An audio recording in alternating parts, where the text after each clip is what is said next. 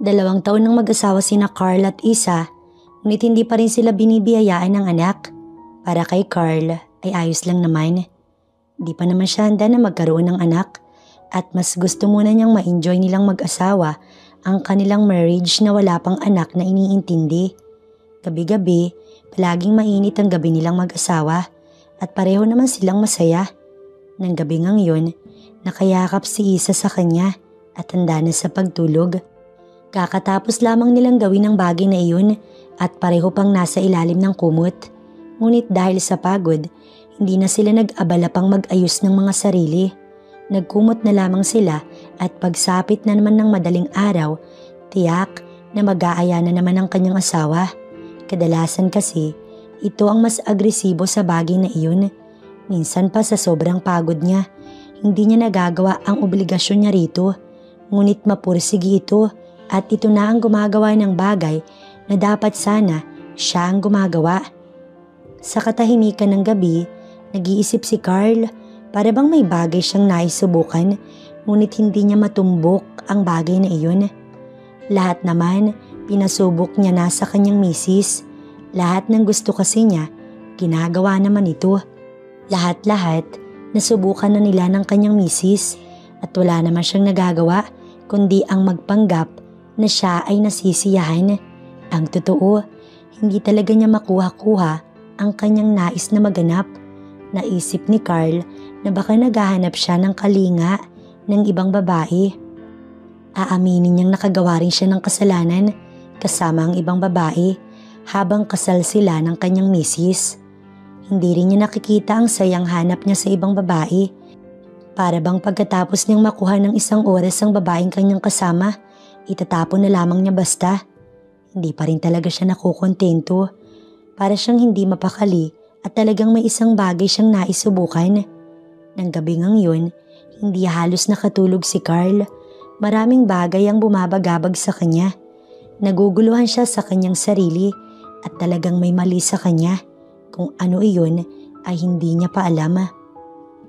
Kinabukasan, nagising siya na wala na ang kanyang misis sa kanyang tabi. Himala yata na hindi siya nito ginising ng madaling araw. Mabuti na rin yun at wala naman siyang tulog. 2 oras lang kasi ang kanyang tulog. Pareho naman silang nasa bakasyon ng kanyang misis, kaya ayos lang naman sana kung tanghaliin siya ng gising. Ngunit hindi naman siya sanay na gumising ng tanghali. Bumangon na siya at nagsuot ng damit. Nang matapos, kaagad na siyang bumaba sa sala at namataan ng kanyang misis na nagluluto sa kusina. Inon niya ang malaking TV at pinili ang manood habang naghihintay ng agahan. Maya-maya pa nga, nakarinig siya ng katok sa pinto sa labas kaya naman tumayo siya upang buksan ang panauhin. Bahagya naman siyang natuwa nang kanyang mapagbuksan ang kanyang pinakamalapit na pinsan, si Levi. Sa lahat ng pinsan niya ay ito ang pinaka-close niya at talagang sanggang dikit silang dalawa. Walang sikreto na hindi nila sinasabi sa isa't isa. Maging nga sa mga babae minsan kapag trip nila sa iisang silid lamang nila dinadala. Matagal-tagal din silang hindi nagkita ni Levi. Na malagi kasi ito sa probinsya. "Oy, insan, kamusta? Napaluwas ka." Binigyan niya ito ng daan para makapasok. "Syempre naman insan, namiss kita eh. Tsaka namiss ko yung mga kalokohan natin." Sabay pa silang natawa nito nang marating nila ang sala. Talagang kahit kailan, patawa ang kanyang pinsan. Parang biglang nagkaroon ng sigla ang kanilang bahay mag-asawa. Inilapag ni Levi ang dala nitong bag. Mukhang balak yata ng kanyang pinsan na mag-stay sa kanilang bahay. Ayos lang naman at mas okay nga yun. Magkakaroon ng excitement ang buhay niya sa mga kalokohan ng kanyang pinsan. Magkapatid na nga ang turing nila sa isa't isa at katulad niya, nag-iisang anak din ito. Ilang minuto pa, lumabas mula sa kusina ang kanyang misis at sila'y nilapitan. Nakalimutan niyang minsan na rin palang nagkita ang dalawa noong araw ng kasal nila ng kanyang misis.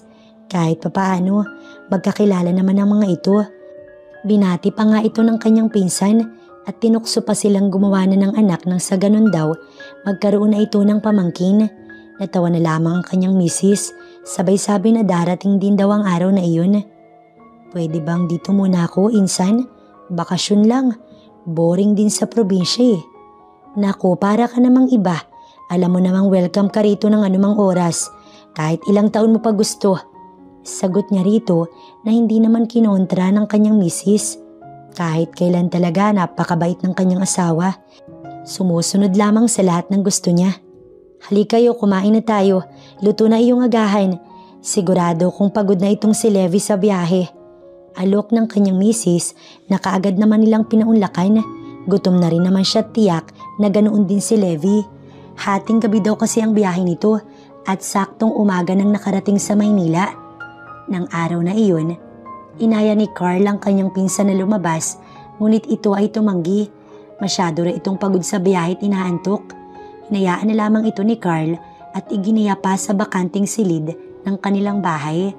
Marami pa namang araw na makakalabas sila at makakapag-jamming. 10:00 na ng umaga, kaya naman nagpa siya ng maligo si Carl. Masyadong mainit ang sikat ng araw sa labas at ramdam niya iyon maging sa loob ng kanilang bahay. Pumasok siya sa loob ng banyo ng silid nilang mag-asawa at naabotang kasalukuyang naliligo roon ang kanyang misis. Minsan ay sabay naman talaga silang naliligo kaya dumiretso na siya sa pagpasok. Basang-basa na ang katawan ng kanyang asawa, ngunit wala naman siyang naramdaman na kahit na ano. Napangiti pa nga ang kanyang asawa sa kanya, sabay hila nito sa kanyang braso. Alam na alam ni Carl kung ano na naman ang balak na gawin ng kanyang asawa. Hindi alam ni Carl, ngunit wala talaga siya sa mood para sa ganoong bagay. Para bang hindi siya na-excite. Hinayaan na lamang niya ang kanyang asawa, lalo nang dumukwang ito, tsaka siya hinalikan sa mga labi. Hawak nito ang kanyang kamay at kusa nito yung inilagay sa bagay na iyon dito. Talagang nababagot si Carl, ngunit napipilitan na rin siyang halikan pabalik ang kanyang misis. Baka kailangan din niyang gawin ang bagay na iyon nang sa ganoon, gumaan ang kanyang katawan at gumanda naman ang kanyang mood. Pinalalim niyang halikan nila ng kanyang misis, kaya naman ganoon na lamang ang pagkapit nito sa kanyang balikat. Talagang mahilig ang asawa niya sa ganoong gawain at nababa na siya roon. Ilang minuto na rin silang nagsasalo sa isang mainit na halik, ngunit talagang hindi magawang ganahan ni Carl. Para bang walang epekto sa kanyang ginagawa nila ng asawa. Kahit anong gawin nito ay wala lang talaga.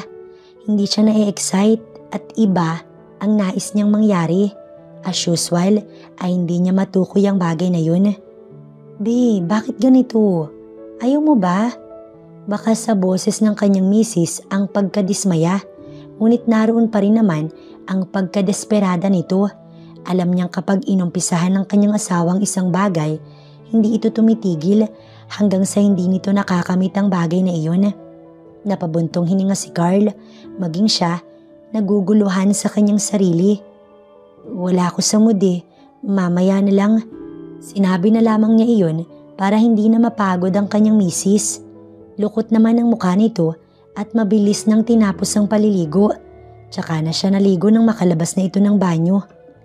Mabilis siyang natapos sa paliligo kaya naman lumabas na siya at nagbihis. Naroon pa ang kanyang misis at mukhang naghahandang umalis. Nagpaalam nga ito sa kanya na may pupuntahan lang at uuwi na lang ito mamayang hapon. Hinayaan lamang ito ni Carl tsaka siya nagpatuyo ng kanyang buhok. Nang tuluyang natuyo ang kanyang buhok, bahagya siyang nakaramdam ng pagkaantok. Nang mga oras na yun, tiyak na tulog na rin ang pinsan niyang si Levi. Nahiga sa kama si Carl tsaka kinuha ang kanyang laptop. May biglang pumasok sa kanyang isip. Para bang nagkaroon siya ng kagustuhan na panuorin ng isang bagay na tiyak masisiyahan siya. Isang eksena na kanyang napanood ay talagang nag-init ang kanyang katawan. Nang mga oras na yun, nasa kalagitnaan na siya ng ginagawa niya. Gumagawa siya ng milagro. Pawis na pawis at ilang beses na inulit ang eksenang kanyang napapanood sa kanyang laptop. Para bang alam na ni Carl kung ano ang bagay na makakapagbigay ng gana sa kanya. Gusto niyang makita ang kanyang misis na may kasama itong iba habang naroon siya sa harap nito. Gusto niyang makita ang reaksyon ng kanyang misis habang kasama ang ibang lalaki. Iyon ang bagay na talagang gustong mangyari ni Carl. Para bang nababalo na siya. Ngunit sigurado siya na yun ang kanyang gusto. Kung ang ibang lalaki hindi magawang imaginein na may kasama ang kani-kanilang mga asawa ay iba si Carl. Imaginein pa lamang niya ang ganong eksena sa mismo niyang asawa. Para bang nakukuha niya na ang kasayahang kanyang nais. Ngunit paano? Sino ang lalaking uutusan niya upang makasama ang asawa? Mapapayag naman kaya niya ang kanyang misis kapag nagkataon? Hanggang sa maalala niya ang kanyang pinsang si Levi. Siguradong mapapapayag niya ang pinsan, ngunit hindi siya sigurado sa kanyang misis. Baka magalit pa ito sa kanya. Naabot ni Carl ang dulo ng tanghaling iyon. Nang matapos, tsaka siya nag-ayos ng kanyang sarili sapagkat masyado na siyang pinagpapawisan. Para bang nakuha niya ang sayang kanyang nais. Ang pagpaplanuhan na lamang niya ay kung paano niya magagawa ang kanyang balak. Sigurado siyang kapag nangyari ang bagay na nasa kanyang isip, masisiyahan siya ng husto. Natapos ang buong maghapon na iyon ang iniisip ni Carl. Ngunit kahit ano pang isipin niya, wala talaga siyang nakikitang idadahilan para sa kanyang kabaliwan. Hanggang sa makauwi na nga si Isa, kasabay ng paggising ni Levi. May dalang mga pagkain ng kanyang misis, kaya naman kanila iyong nilantakan sa sala. Lihim niyang tinititigan ng kanyang misis. Maging ang pakikitungo nito sa pinsan niyang si Levi, hinahanapan niya ng kakaibang ibig sabihin. Baka sakaling mapapayag niya ito sa kanyang gusto. Naisip ni Carl na sabihin na lamang ang kanyang balak sa kanyang pinsan. Tiyak na mag-e-enjoy naman ang kanyang pinsan sa kanyang plano. Kaya nang sumapit ang gabi, inaya niyang mag-inom sa sala ang kanyang pinsan nang matapos sila sa hapunan. Nauna nang pumanhik sa itaas ang kanyang asawa habang naiwan sila ni Levi sa sala. Nagkwentuhan muna sila ng tungkol sa iba't ibang mga bagay at panay ang kanilang tawanan ni Levi. Naalala nila ang mga kalukuhan nila noong binata pa siya at magkasama pa sila. Maging ang mga babaeng pinagsaluhan nila sa iisang kama, talagang inalala ni Levi. Napapailing na lamang si Carl. Nagiinit ang kanyang katawan sa tuwing maaalala niya ang ganoong tagpo. Gusto ko ngang maulit muli ang ganoon. Sabay tungga niya ng alak na sabi sa kanyang pinsan. Bahagya naman itong nagulat at natawa. Seryoso, insan? Kahit pa may asawa ka na? Kunot ang noo ni Levi sa kanya. Siguro natatawa ito sa kanyang kagustuhan. Oo naman. Iba kasi talaga kapag tatlo kayo. Tsaka isa pa. Gusto ko yung gawin mo mismo dun sa aking misis. Pabulong ang kanyang boses nang muntikan ng ikabuga ng iniinom na alak ni Levi. Gulantang ito sa kanyang sinabi. Ano? Carl, naririnig mo ba ang sarili mo? Tama ba ang narinig ko? Gusto mong gawin iyon mismo sa asawa mo? Grabe ka naman, insan. Sunod-sunod na naging tugon ni Levi. Oo naman, gusto ko talagang mangyari yun. Yun ay kung okay lang sa'yo. Sa puntong iyon, ibinaba na ni Levi ang basong hawak. Halos hindi makapaniwala sa kanyang sinabi. Baka naman lasing ka lang kaya mo nasasabi yan. Umiling siya, kaya seryoso ang muka na kinumbinsi pa si Levi. Seryoso ko. Masaya yun, panigurado. Saglit na nag-isip si Levi. Halos hindi makapaniwala ang mukha nito at siguro'y nalilito rin. Alam naman ito na seryoso siya sapagkat hindi man lang siya tumawa. Baka naman mabugbog mo ko kapag nagkataon. Panigurado pa nito sa kanya. Hay nako Levi, kilala mo ko. Kapag gusto ko, diretsahan kong sinasabi. Tsaka hindi ako lasing, matino pa ako. Nababaliw nga lang yung utak ko dahil nga sa kakaiba ang gusto ko. Sana naman pumayag ka na sa alok ko. Wika pa niyang siyang dahilan kung bakit parang pinagpawisan si Levi. Alam mo ako, papayag ako pero ang asawa mo. Natigil ang anumang sinasabi nito nang marinig nilang bumaba ang kanyang asawa. Mukhang pinag-uusapan niyo yata ako ah. Pangiti-ngiti pa ito na kasalukuyang nakasuot na ng pantulog. Kaagad na nailang si Levi at kapwa sila natahimik. Tumabi sa kanya ang misis kaya naman inalok niya ito ng alak. Konti lang yung iinumin ko at baka sumakit yung ulo ko bukas. Nakakalimot pa naman ako pag nalalasing ako. Sabay itong ganito sa basong inabot niya rito. Balak niya itong lasingin ng gabing yun. Napapayag naman niya na si Levi, kaya kailangan na lang niyang malasing ang kanyang misis nang sa ganun matupad ang kanyang plano. Halos hindi na siya makapaghintay. Nilibang nila ng husto ni Levi ang kanyang misis at panay ang ginawa niyang pagsali ng alak sa baso nito. Alam niyang maya-maya lang malalasing na ito. Napapahilig pa nga ito sa kanyang balikat at panay ang ginagawang pagtawa. Alam niyang kapag ganoon ang wisyo nito ay lasing na ito. Dinagdagan pa niya ng sunod-sunod ang alak na binibigay niya rito hanggang sa napapikit na nga ito. Lasing na. Kahit na nakapikit, patuloy na tumatawa. Masayang masaya ito at gusto pa sana ang uminom, ngunit binuhat niya na ito. Sinenyasan niya si Levi na sumunod na, kaya naman kaagad itong tumalima. Pumanik sila sa silid nila sa itaas at ibinaba ng dahan-dahan sa kama ang misis. Wala na nga itong kamalayan sa mga nangyayari. Bagamat gising pa naman ito, di na kasi nito magawang imulat ang mga mata. Yun na ang tamang pagkakataon para sa balak ni Carl. Mukhang magaganap na sa gabing iyon ang kanyang plano. Sinenyasan ni Carl si Levi na lumapit sa gawin ng kama. Nag-alangan man ay natawa si Levi sa kanyang utos. Nanatili siyang nakatayo habang sinasabi kay Levi kung anong dapat nitong gawin. Sinunod ni Levi ang lahat ng kanyang utos. Kaya naman ang gabing yun, nagawa nilang dalawa ang kanilang plano. Walang pagsisisi si Carl. Masayang-masaya nga siya sa naganap ng gabing yun. Kinaumagahan, gumising si Carl na nasa tabi pa rin ng kanyang asawa. Nagising ito na nagrereklamo at masakit daw ang ulo. Niyakapan niya ito't binati ng magandang umaga. Nagmamadali naman itong nagbihis at magluluto pa raw ng umagahan. Usually kapag ganoon, nanalasing ito, hindi ito nakakakilos kinabukasan. Ngunit ng umagang iyon, sa kabila ng pananakit ng ulo nito due to hangover, masigla ang katawan at pakanta-kanta pa. Hindi naman sumakit ang ulo ni Carl sapagkat hindi naman siya nalasing ng nagdaang gabi. Naligo na lamang siya ng maaga para naman gumaan ang kanyang katawan sa buong maghapon. Pagkatapos kasi ng pangyayari kagabi, tila siya itong napagod ng husto.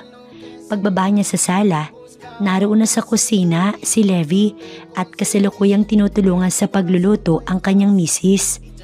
Nagtaka naman siya sa biglang closeness ng dalawa at para bang ang mga ito pa ang mag-asawa. Nakaramdam naman ng kakaiba si Carl, ngunit hindi niya iyon pinahalata. Ang nangyari ng nakaraang gabi, sila lamang ni Levi ang nakakaalam. Nang matapos sa pagluluto ang dalawa, nagtulungan ang mga ito sa paghain ng pagkain. Hindi talaga alam ni Carl kung bakit ganoon na lang ang kanyang nararamdaman. Habang kumakain ng agahan, lalo pat panay ang alok ng pagkain ng kanyang misis sa kanyang pinsan, samantalang siya ay hinahayaan lamang nito.